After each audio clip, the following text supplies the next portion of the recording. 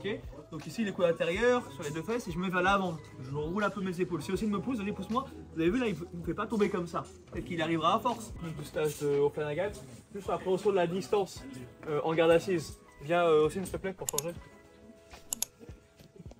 Ok, niveau de la structure déjà sur la garde assise. La garde assise, pourquoi c'est un thème qui est important? C'est ce qui va me permettre de transitionner entre les différentes gardes et c'est souvent là que va commencer le combat, quand je vais commencer le sparring ou quand je vais m'asseoir en compétition. Première chose, du coup, c'est comment appréhender la distance. C'est ce qu'on a commencé à voir la semaine dernière. Déjà, avant même d'appréhender la distance, c'est la structure le plus important. Le plus important, c'est la structure. Premièrement, pour la possibilité, c'est sur les deux fesses, je ramène les talons à moi, coude vers l'intérieur et je vais me mettre vers l'avant ici. Okay, il faut que ça soit dur de m'allonger. Dans le combat sans kimono moderne, si je m'allonge au contact, ici, aussi il va pouvoir naviguer autour de moi. D'accord, il va me fatiguer à force, ça va me forcer à cruncher, à faire travailler les abdos, ça va me fatiguer. Donc il faut que je prenne un contact pour m'asseoir. Okay, mais avant ça, il faut que j'ai une bonne structure. Et on va essayer de travailler la philosophie de Flanagan qu'on est passé, de ne pas s'asseoir et essayer de travailler au maximum en étant assis. Un peu ce que faisait Marcelo Garcia à l'époque justement, il disait qu'il s'en inspirait beaucoup. Ok, donc ici les coudes intérieurs sur les deux fesses et je me mets vers l'avant. Je roule un peu mes épaules. Si aussi il me pousse, allez pousse-moi. Vous avez vu là, il ne me fait pas tomber comme ça. Peut-être qu'il arrivera à force. Ok, je vais devoir batailler les max, etc. Mais il ne va pas me faire tomber comme ça. Je peux alterner avec une position sur une fesse. Quand je me mets sur une fesse, je mets ma main au sol, je sors les fesses, je reste vers l'avant. Et de là, l'avantage, c'est que je suis plus mobile. D'accord? Donc c'est toujours dur de me pousser, ça l'est un peu moins, mais je suis plus mobile. C'est-à-dire que je vais pouvoir me déplacer plus facilement et gérer cette distance. Donc je vais alterner entre ces deux gardes selon mes besoins. Okay, les deux gardes sur les deux faces, c'est que j'ai les deux mains, ça fait que je peux venir prendre des grippes plus facilement, que je suis plus fort. Ici j'ai une main mais je suis un peu plus mobile. De préférence, quand je suis sur une fesse, je vais toujours prendre un angle du côté de mon genou levé. Pourquoi?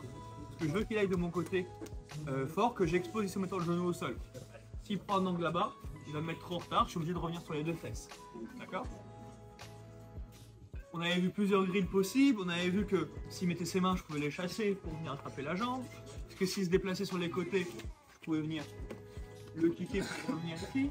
Okay, on a vu que s'il rentrait au milieu, je pouvais secouer les pecs pour venir rentrer, reculer les fesses. De là, on va travailler d'une position qu'on voit beaucoup, c'est le tête contre tête, comme en lutte. Okay, donc il va mettre sa tête pour montrer quand je vais avancer. Donc il va mettre sa tête de là. Pour gagner la distance, qu'est-ce que je vais faire? J'ai une main qui va passer en collar taille, comme en lutte, qui va venir attraper la nuque ici. On va en chercher loin derrière. Serrer le coude, je ne veux pas avoir le coude écarté pour pas qu'il rentre à une de hook. De là, il peut passer par-dessus ou même me mettre à plat. Deuxième main, elle va venir en triceps. Lui, il va avoir un collar taille aussi sûrement. Ok, il va sûrement attraper un collar taille aussi. Et là, je veux venir avancer, tirer, venir mettre ma tête dans le creux de sa nuque ici. De là, je suis très près de ses jambes maintenant, vous avez vu. Donc j'ai l'accès à ses jambes. Soit je vais attraper directement la jambe, soit je vais crocheter, puis attraper les jambes pour casser la distance. Mais jamais je dois attraper la jambe avec la main qui est à l'extérieur. Si la main elle est à l'extérieur, ici, il va rentrer le bras sous l'aisselle et il va pouvoir me mettre à plat. D'accord? Je vais pouvoir attraper avec la main à l'extérieur que si j'ai cassé la distance ici. Donc toujours la main à l'intérieur du genou. Donc on est tête contre tête, collar taille, main triceps. J'écarte ici et je passe ma tête. Vous avez vu? Main à l'intérieur, je vais me tracter et je vais chercher loin ici. Et là on repart sur notre shinto, si vous vous souvenez. Je suis vers l'avant, sur la fesse qui est à l'intérieur. Mon coude va venir chercher loin. Orteil contre orteil. Si mon pied est sorti, il est indisponible. Cette jambe elle est morte. Pareil si ma jambe est là. Ici, je vais chercher loin. Je mets du poids vers l'avant, il ne doit pas m'allonger comme ça. Mon pied ici, il est bien collé à lui. Genou vers l'extérieur, non pas vers l'intérieur, sinon je vais me faire passer. Cette main ici, elle va venir sous ma jambe pour éviter de me faire knee-cut. Si je suis là, il peut venir knee-cut. Je vais passer en vitesse et puis me surprendre. Donc je vais venir ici. De là, vous tenez, je tombe sur l'épaule, enfin sur le dos, épaule au niveau des orteils. Je vais lever le pied et là, je vais connecter mes pieds, tirer légèrement avec ma main et venir pousser sa jambe entre mes deux jambes. De là, un petit peu, je vais venir lever les jambes. Là, maintenant, c'est un récap de ce qu'on a fait la semaine dernière. Okay, si vous n'étiez pas là, ça va vite venir. Donc je pense que la plupart sauront vous expliquer. Je lève les hanches, mon pied ici, il épouse la fesse opposée. Je viens serrer mes genoux, mon pied est à la hanche et mon talon va se coller à son genou et je vais pousser vers la droite ici. Il faut que je puisse un peu, voilà, me balader avec lui. Je vais l'envoyer vers l'intérieur, il revient, coup de coude de les orteils, je ponte et quand je remonte, je me sers ici du fait que je le renverse pour sortir mon tibia et revolver base. Il y a deux possibilités. La première, un tibia, je reprends ma distance, avant des pieds, je repars sur mes passages extérieurs, tornado. Soit je vais directement forcer le split squat pour le forcer à accepter le sol s'il veut se relever. Ok? On recommence. La seule nouveauté, c'est la manière d'appréhender la distance. C'est la dernière configuration qu'on n'avait pas vue encore en cours. Je suis vers l'avant ici, j'avance. Qui mettait le coco-tête, colère taille. Faut pas que j'hésite à pousser ses épaules, à relever ses mains. C'est le moment pour venir chercher la colère taille. Comme de la lutte. Ça ressemble beaucoup à la lutte, la garde assise, vous avez vu?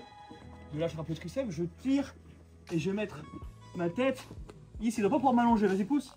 Là c'est dur pour lui m'allonger, vous avez vu? Là tout de suite, soit je balaye, j'attrape, je me tracte, soit je vais venir me tracter. Venir chercher loin ici. Vous avez vu avec, comme si j'avais un bec de canard ici. Je tire sur la fesse intérieure, je vais chercher loin avec cet avant-bras, orteil contre orteil, et je vais venir ici chercher sur le haut du genou. Mon épaule ne va pas partir sur le dos, sinon je vais me faire écraser, même s'il y aurait des variantes. Je vais venir ici, au niveau du gros orteil, et lever le pied. Et là, je vais tirer, lever les genoux. Le pied qui épouse la forme de la fesse opposée. Je lève les hanches, je serre le genou, talon contre genou. Et là, je peux naviguer avec lui. Je pousse par là-bas avec mon tibia, vous avez vu? Par là-bas. Je navigue, je mène vers l'intérieur, il défend, coup de coude des orteils, et je ponte, et en même temps, mon tibia va venir en diagonale ici. Et avec la gravité ici, pendant que je le renverse, je vais descendre mon tibia. Option 1, le knee cut. S'il veut plutôt se relever, je peux mettre la pression. S'il veut plutôt accepter la garde et qu'il m'embête, qu'il sur sa jambe, ici, je vais pouvoir remplacer à distance. Ok? Est-ce que ça va pour tout le monde? Venez bien chercher avec votre main intérieure, ok? Et essayez que de base la structure elle soit forte. 1, 2, 3.